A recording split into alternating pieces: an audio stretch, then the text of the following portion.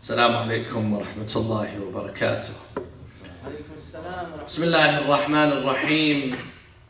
الحمد لله رب العالمين، والصلاة والسلام على أشرف الأنبياء والمرسلين، حبيب إله العالمين أبي القاسم المصطفى محمد، وعلى أهل بيته الطيبين الطاهرين. قال الله تعالى في كتابه الكريم: بسم الله الرحمن الرحيم: والذين يقولون ربنا هب لنا من أزواجنا وذرياتنا قرة أعين واجعلنا للمتقين إماما. صلوا على محمد وآل محمد. اللهم صل على محمد وآل محمد. When we look at the life of Rasulullah sallallahu alayhi wa alihi, we see that the Prophet had a large family. Rasulullah sallallahu alayhi wa alihi had many wives. This is no secret. However, many of those marriages that Rasulullah sallallahu alayhi wa alihi got into, they were for the sake of a social reason, or a political reason, or a financial, sympathetic reason. Perhaps one of those ladies, her husband was killed in the battle and no one would take care of her. She had orphans. Or to create political unity. These were the marriages of Rasulullah sallallahu alayhi wa alihi. However, there is one marriage that is special and unique out of all of those marriages that Rasulullah sallallahu alayhi wa alihi got into. And that is his marriage with Lady Khadija salamullahi alayha. That was a marriage that predated his prophetic mission. That was a marriage that was based on love and affection. That was a marriage of sacrifice and giving towards one another. And there's no doubt, for those who research, for those who remove the bias from their minds, that the marriage of Rasulullah sallallahu alayhi wa alihi with Lady Khadija was a unique marriage. And Rasulullah was deeply attracted to Lady Khadija. During her life, he was in love with her, and after her death, Rasulullah sallallahu alayhi wa alihi remained committed and loyal to her memory, to remembering her name. This was Lady Khadija. Allah subhanahu wa ta'ala says in the Quran: وَالَّذِينَ يَقُولُونَ رَبَّنَا هَبْ لَنَا مِنْ أَزْوَاجِنَا وَذُرِّيَّاتِنَا قُرَّةَ أَعْيُنٍ وَاجْعَلْنَا لِلْمُتَّقِينَ إِمَامًا. This is a dua. Those who say, "Oh Allah, grant us from our spouses and our progeny joy for our eyes, and make from us the imams of the muttaqeen." The ta'wil, the deeper meaning of this verse, applies to Rasulullah sallallahu alayhi wa alihi, where Rasulullah says, رَبَّنَا هَبْ لَنَا مِنْ أَزْوَاجِنَا. Jibreel tells him azwaj in this verse is Khadija. مِنْ أَزْوَاجِنَا وَذُرِّيَّاتِنَا. Dhurriya is Fatima al-Zahra. قُرَّةَ أَعْيُنٍ. Joy for our eyes. Those are Hassan and Hussein. وَاجْعَلْنَا لِلْمُتَّقِينَ إِمَامًا. That is Amir al-Mu'mineen Ali ibn Abi Talib alayhi salam. Allahumma salli ala Muhammad. The 10th of Ramadan, we commemorate, the 10th of this holy month, we commemorate the death anniversary of Lady Khadija alayhi salam. This wife of Rasulullah sallallahu alayhi wa alihi, this great lady who was the first believer in Rasulullah, the first supporter of Rasulullah, a lady who gave all that she had for the sake of Rasulullah. The other wives who the Prophet married after his prophethood and after the death of Khadija, see, there's one thing unique about Khadija. When the Prophet was married to Khadija for a period of over 20 years, Rasulullah did not marry any other lady. Rasulullah did not look at any other lady. After the death of Khadija, the Prophet had multiple wives. Because he was extremely loyal to Khadija, just as she was loyal to him. Because she believed in him. She gave everything that she had, all of her wealth, she gave it to Rasulullah sallallahu alayhi wa alayhi. This is why when we look at this marriage, we see it was unique. It was a marriage that was based on affection and love and giving.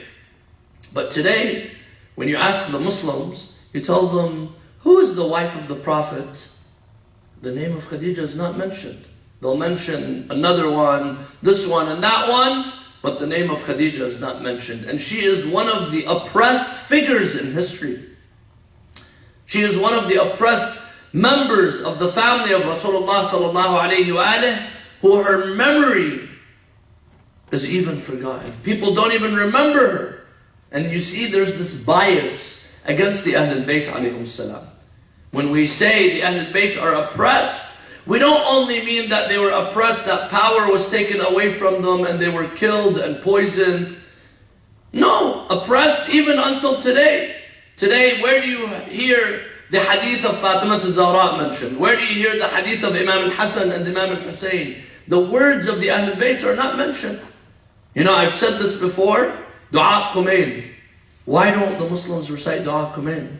Why is it only the followers of the Ahlul Bayt that recite Dua Kumail? Is there shirk in Dua Kumail?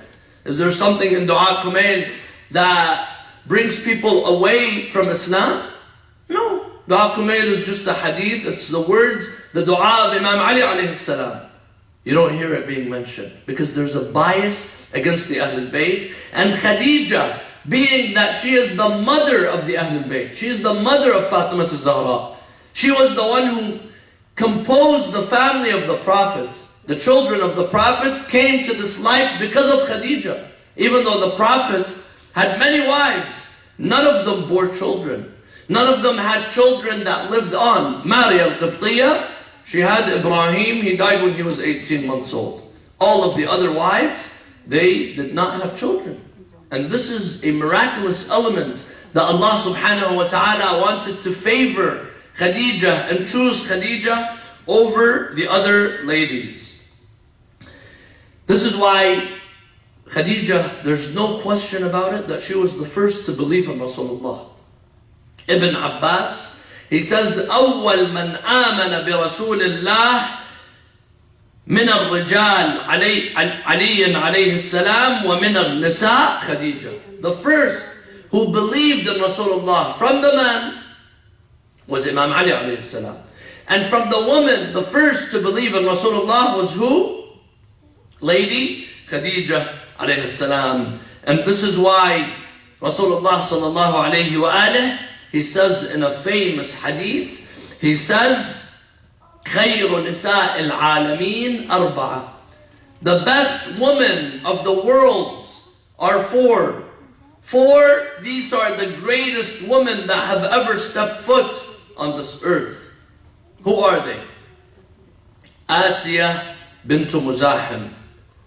She is the wife of Pharaoh who took in Prophet Musa alayhi salam, and she was a believer. She was a staunch and firm believer in Prophet Musa alayhi salam. Asiya bint Muzahim wa Maryam ibnatu Imran, and Maryam, the mother of Jesus, who was tested in a very difficult test, wa Khadija bint Khuwaylid wa Fatima bint Muhammad. Allahumma salli ala Muhammad. Now, what made Khadija so special? What made Lady Khadija so unique? There's several things, several features in the life of Lady Khadija that made her stand out, that made her unique from all of the other women of her time. One is that Khadija was a pure lady. She was a lady full of iman. And she was known to be a pure lady even during the times of Jahiliyyah. One of the titles of Khadija is At-Tahira, the pure one. because Lady Khadija was pure. And what is one of the features that makes someone pure, especially a lady? Khadija was known for her modesty.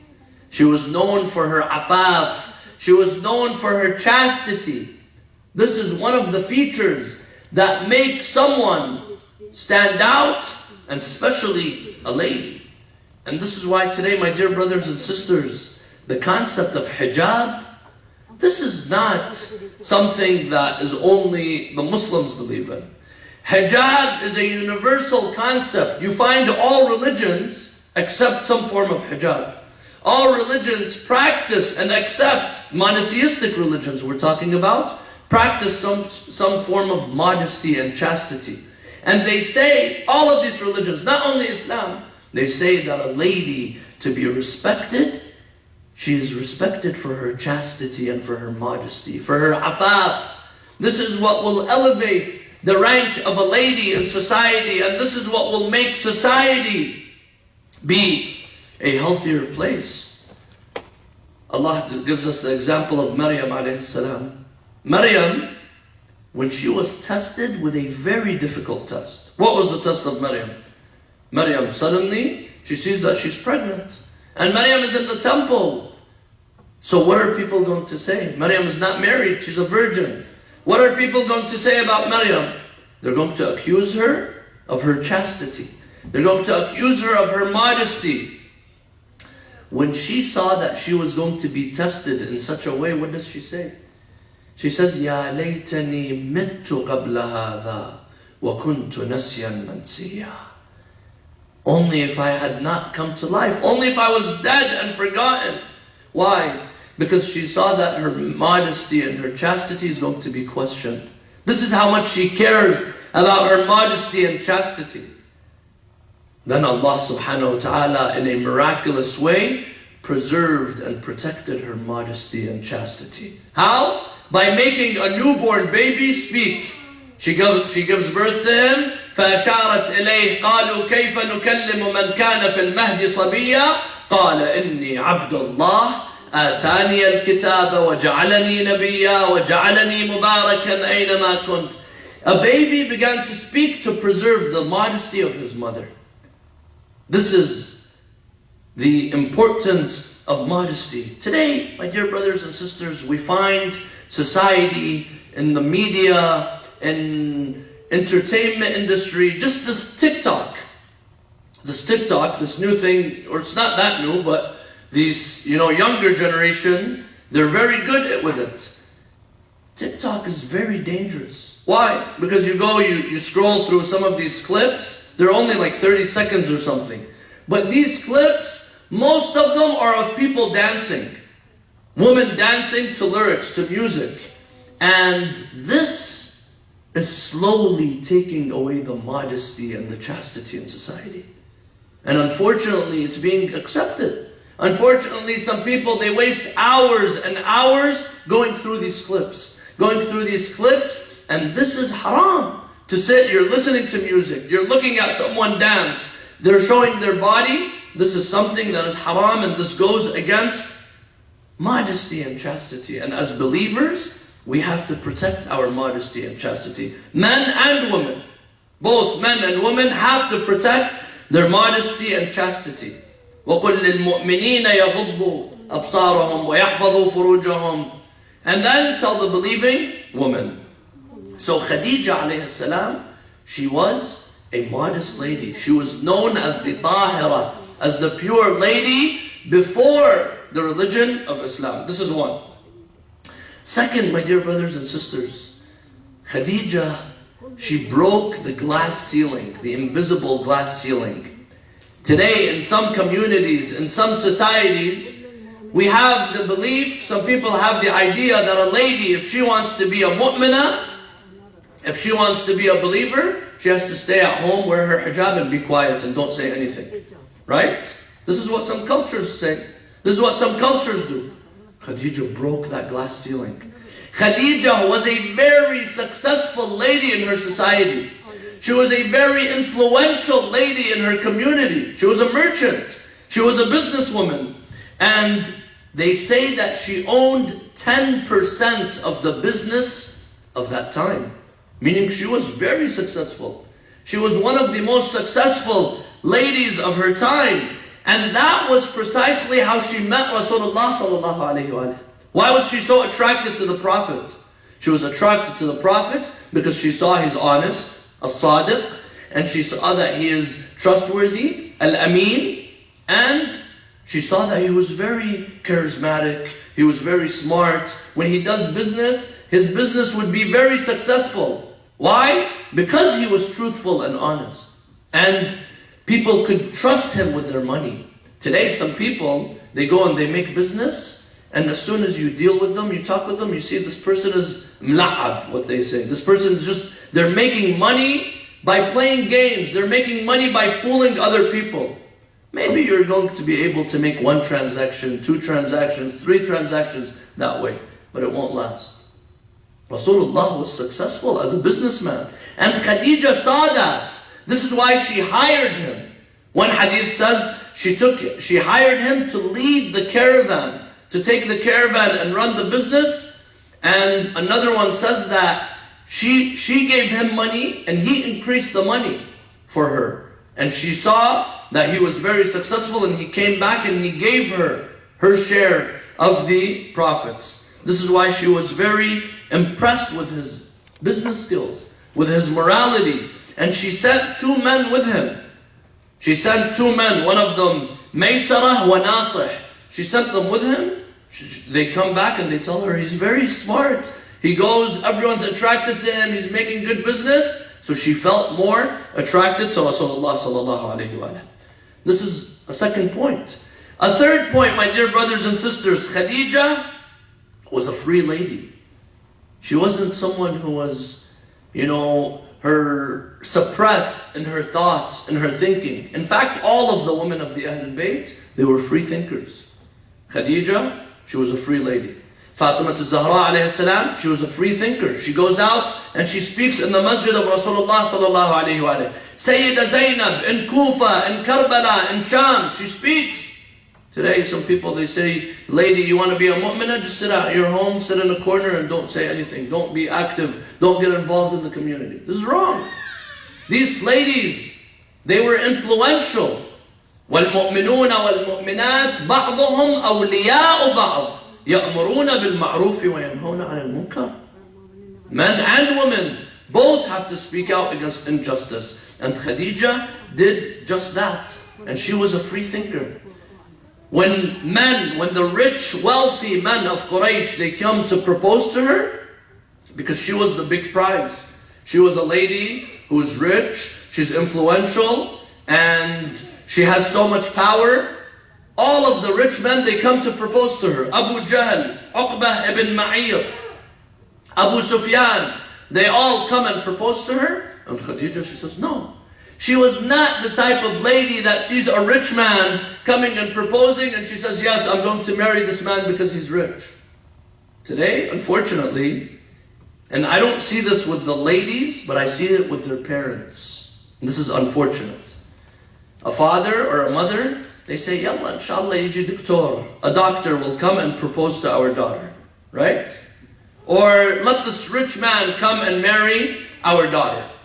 They're willing to give their daughter to a rich man, even if he has no morality, no ethics, but because of how much money he has in his bank account. And as I said, this isn't the ladies. This is their parents sometimes. The parents, they have that mentality. And this is wrong, my dear brothers and sisters. You have to give your daughter, you have to marry someone who is compatible with you. You have to marry someone who has iman, someone who has taqwa, someone who's God-fearing. And Khadija alayhi salam, she saw that. This is why she goes and she proposes to marry Rasulullah sallallahu alayhi wa sallam. She saw signs in the Prophet. One day a rabbi passes by, he's doing business with Khadija and he sees Rasulullah sallallahu alayhi wa sallam. So he calls him, he comes and he looks at him, he sees that he has a mark on his back, and he talks to him, he sees all of the signs of prophethood in Rasulullah. He tells Khadija, he tells her, this man, he was born an orphan, and he's going to be very he's going to be very powerful, and he's a prophet. Because they saw the signs of Rasulullah before his prophethood. We've mentioned in the previous lectures, الَّذِينَ آتَيْنَاهُمُ الْكِتَابَ يَعْرِفُونَهُ كَمَا يَعْرِفُونَ أَبْنَاءَهُم. They know the signs of the Rasulullah, just like they know their own children. So she keeps hearing all of these things. She falls more in love with him, and she proposes to marry Rasulullah sallallahu alayhi wa sallam. She goes to Abu Talib, she asks Abu Talib, and Abu Talib does the marriage ceremony for Rasulullah and Lady Khadija. And this is also a very important point. Another figure that is oppressed in Muslim history is who? Abu Talib as well. Abu Talib today, Friday prayers in the masjid, they get up and they come down, the khutabat, the speakers, and they say, Abu Talib, his brain is boiling in the hellfire. Why? Why pick on Abu Talib? Why don't you pick on the father of others? Pick on the father of the other Sahaba. Why only Abu Talib? Because Abu Talib committed one crime. What was that crime? He was the father of Ali ibn Abi Talib. He was the father of Imam Ali. Therefore, that gives the green light to go and curse him every day. Even though Abu Talib was the caretaker of the Prophet. Abu Talib was the one who loved the Prophet. The Prophet, the year Abu Talib and Khadija died, in the same year, that became known as Am al-Huzn, the year of sorrow. Because the Prophet was grieving the loss of these two individuals. So Abu Talib was the one who did the marriage ceremony of Rasulullah. If he's a kafir and he does the marriage ceremony of the Prophet, then that means the marriage of the Prophet has a problem. So why would Rasulullah sallallahu alayhi wa alayhi allow Abu Talib to do that for him? This is another point. A fourth point, my dear brothers and sisters, Lady Khadija was a lady that did not just take from society. Today there are members, men and women alike, they just want to take from society. They just want to benefit from people. They don't give back. A mu'min, a believer, is someone who gives back. Give back to your community. Give back to your society. You're a product of this society. You're a product of this community. If you are attending, for example, these mosques, you are benefiting in these mosques. Give back to these mosques. You're a product of this society. You have to give back to this community. You're driving around in the streets and you see there's trash in the market, trash in the streets. Clean it up because you're living there. This is where you're living. Be a person who gives back to their community, gives back to their society. Khadija was a person who gave back.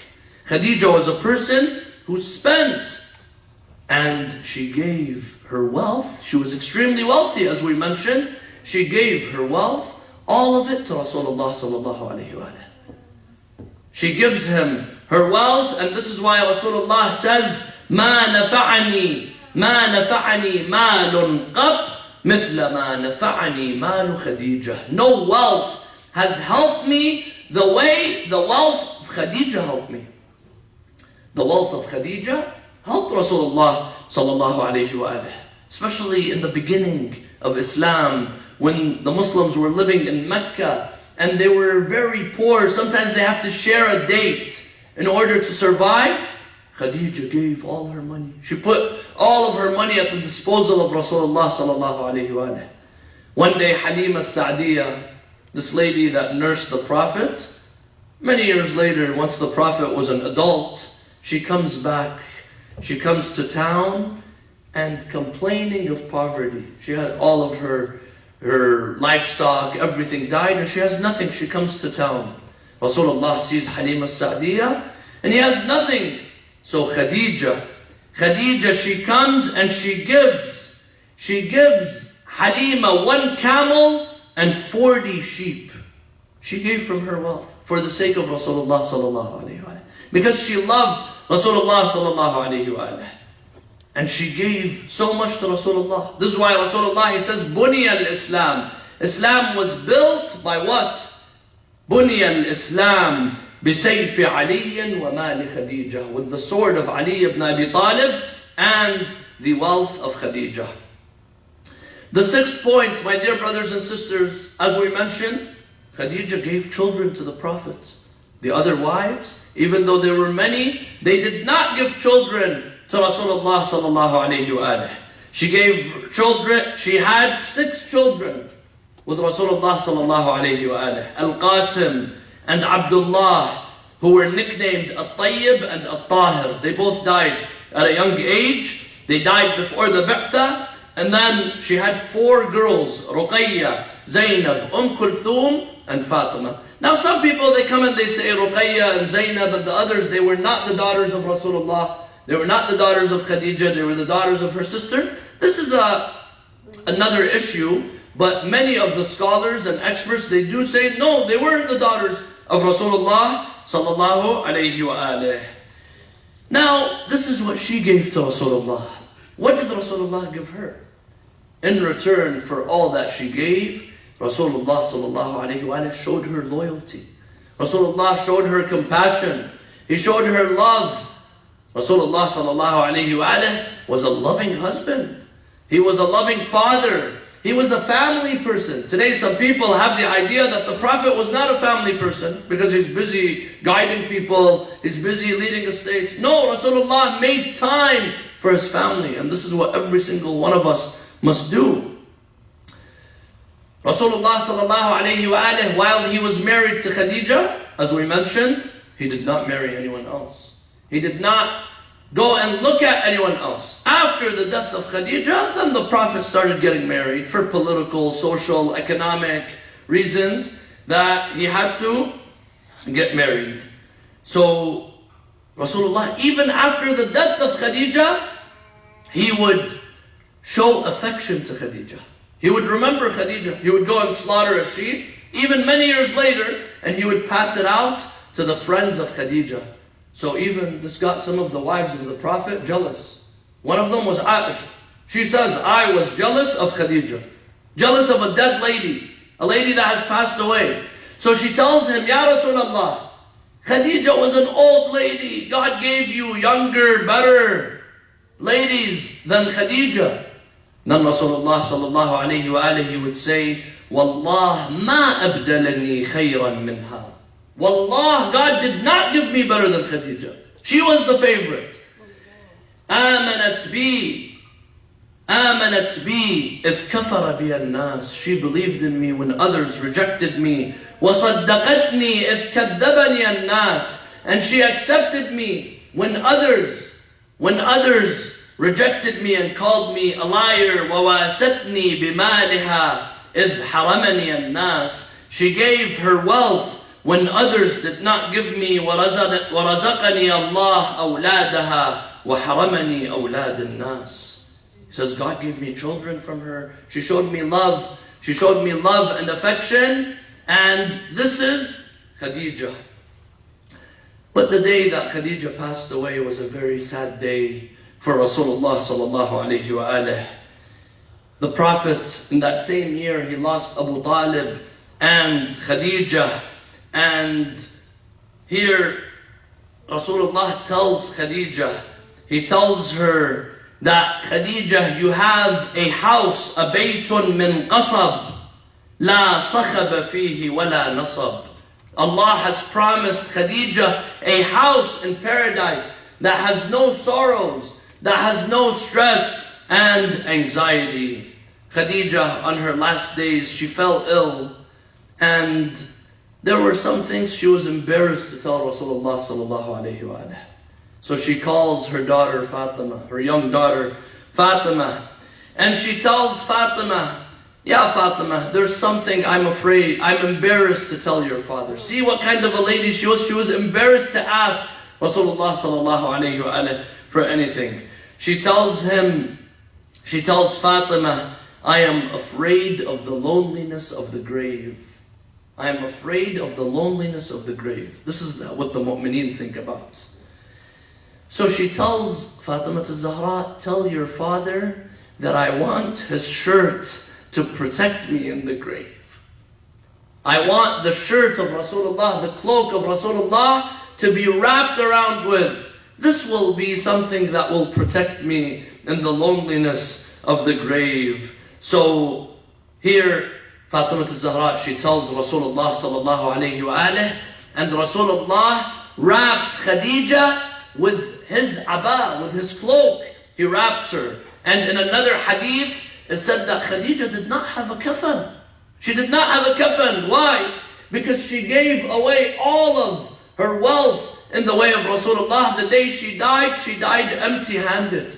She gave everything in the way of Rasulullah sallallahu alayhi wa alihi. So Jibreel comes down with a kafan from paradise. And that kafan, he gives it to Rasulullah sallallahu alayhi wa alihi. And he tells him, Ya Rasulullah, wrap Khadija with this kafan from paradise. And Rasulullah wrapped her with that kafan and with his own cloak above that. And he buried her. And in the hadith from Imam al-Sadiq alayhi salam, he says, لما توفيت خديجة عليها السلام جعلت فاطمة عليها السلام تلوذ برسول الله وتدور حوله وتقول يا أبتاه أين أمي. When Khadija died, Fatima al-Zahra was a young child. She began to go around to her father Rasulullah, and she tells him, "Oh father, where is my mother Khadija? What happened to my mother Khadija?" So Jibreel comes down and he tells, فَقَالَ لَهُ رَبُّكَ يَأْمُرُكَ أَن تَقْرَأْ فَاطِمَةَ السَّلَامِ. Your Lord tells you to send salam to Fatima, وَتَقُولُ لَهَا, and tell her, إِنَّ أُمَّكِ فِي بَيْتٍ مِّن قَصَبٍ. Your mother, she has a house made out of straw in paradise. كَعَابُهُ مِنْ ذَهَبٍ, and the foundations are from gold. وَعُمْدَهُ يَاقُوتٌ أَحْمَرٌ, and on top there's red rubies. بَيْنَ آسِيَةٍ وَمَرْيَمَ ابْنَةُ مُزَاحِمٍ. She will be between Asiya and Maryam ibnatu Muzahim. So here, فَقَالَتْ فَاطِمَةٌ وَمَرْيَمَ ابْنَةُ عِمْرَانَ بين آسية ومريم ابنة عمران. فقالت فاطمة إن الله هو السلام ومنه السلام وإليه السلام.